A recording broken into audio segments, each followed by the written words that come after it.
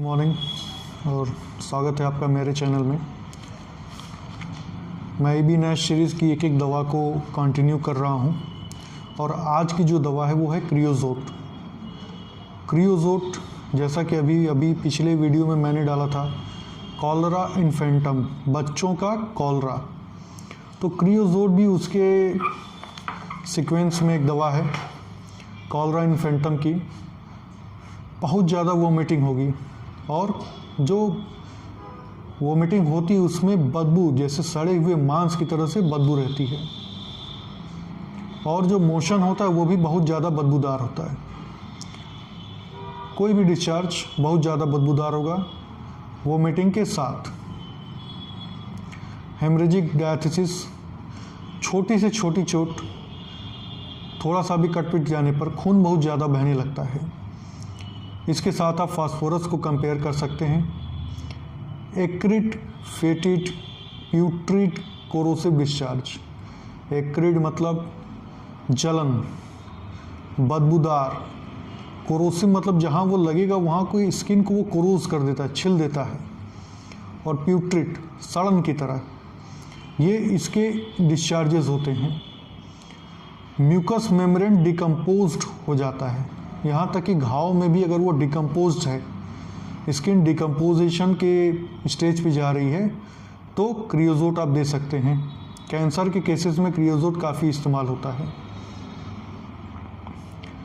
जो दांत होते हैं, मसूड़े होते हैं, वो सूज जाते हैं, लाल या नीले हो जाते हैं, दांत सड़ने लगता है। जैसे ही दांत निकलेगा, बच्चों में अक्सर मुंह खोलने पे सारे दांत सड़े हुए दिखाई दे देते हैं। इसमें पहली दवा क्रियोजोट है। जैसे ही दांत का इरप्शन शुरू हुआ वो काला होना शुरू हो जाएगा, सड़ना शुरू हो जाता है। सडन अर्जिंग टू यूरिनेट, अचानक से पेशाब महसूस होगी, खास तौर से रात को सोते समय जो पहली नींद होती है उसमें अचानक पेशाब होगी और दौड़ कर जाना पड़ेगा, नहीं तो लगेगा कि कपड़ा खराब हो जाएगा। सडन अर्जिंग टू यूरिनेट, और जो पेशाब होता है वो बहुत ही ज़्यादा होता है।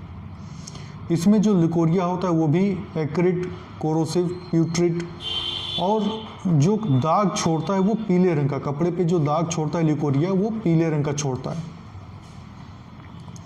डॉक्टर गर्नसे ने इसे ब्रेस्ट कैंसर में भी अच्छी दवा बताई।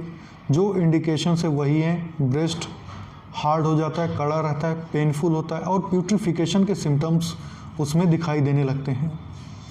नॉक्टर्नल इन्यूरेसिस, बच्चों में रात को सोते समय जो बच्चे बिस्तर पे पेशाब कर देते हैं पहली नींद में, और इसकी जो खास बात ये रहती है कि जो इसे बाकी दवाओं से अलग करती है वो ये है कि बच्चे जब पेशाब कर लेते हैं तो कितना भी उठाइए वो नींद से जगते नहीं, गहरी नींद में एकदम सोए रहते हैं, बिल्कुल गहरी नींद में सोए रहते हैं। इसके साथ एक और दवा है सीपिया। सीपिया का पेशाब बहुत ही ज़्यादा बदबूदार होता है और अक्सर सीपिया का बच्चा पेशाब करने के बाद अपने आप ही उड़ जाता है। बुजुर्ग लोगों में इनकॉन्टिनेंस ऑफ यूरिन रहती है और इसमें कुछ चीज़ें हैं जैसे कि बच्चा can urinate only on lying down, जब बच्चा लेटा रहता है तभी पेशाब कर पाता है, वो सो करके ही पेशाब पास कर पाता है। ये केस मैं अपने कॉलेज में देखा था, फादर मुलर होम्योपैथिक मेडिकल कॉलेज में एक बच्चा था, उसे जब भी पेशाब आती थी वो बाथरूम में जा कर के लेट जाता था और उसी पोजीशन में उसको पेशाब होती थी। एक और दवा है जिंकम पेट, जिसमें पीछे की तरफ मुड़ने पे वो जितना जिंकम मेट का मरीज पीछे की तरफ मुड़ करके पेट पे जोर देता है तब जा कर के उसको पेशाब होती है। अगर इसमें डॉक्टर नैश ने इसमें अपने बुक में लिखा हुआ है कुछ सिम्टम्स, जैसे कि bad teeth and gums from way back, बहुत सालों से उसका दांत सड़ा हुआ रहता है और काला रहता है। फेटिड कोरोसिव डिस्चार्ज, बदबूदार कोरोसिव डिस्चार्ज होता है। ग्रेट डेबिलिटी, कमजोरी बहुत ज़्यादा रहती है और हेमरेजिक टेंडेंसी। अगर ये सारी चीज़ें हैं तो क्रियोजोट इज़ द रेमेडी। तो ये थी क्रियोजोट।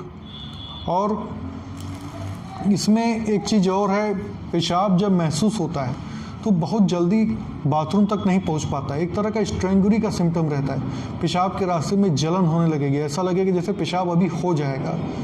इसमें एक और दवा है पेट्रोसेलिनियम। कुछ लोग डाउट पूछते हैं व्हाट्सएप पे, कुछ स्टूडेंट्स अच्छा लगता है काफ़ी, वो इंटरेस्टेड रहते हैं। अगर किसी को डाउट है स्टूडेंट्स को, या जो होम्योपैथी सीख रहे हैं, या किसी को कंसल्ट भी करना है, तो मेरे व्हाट्सएप नंबर से बात कर सकते हैं, मैसेज कर सकते हैं 9935918224। Thank you.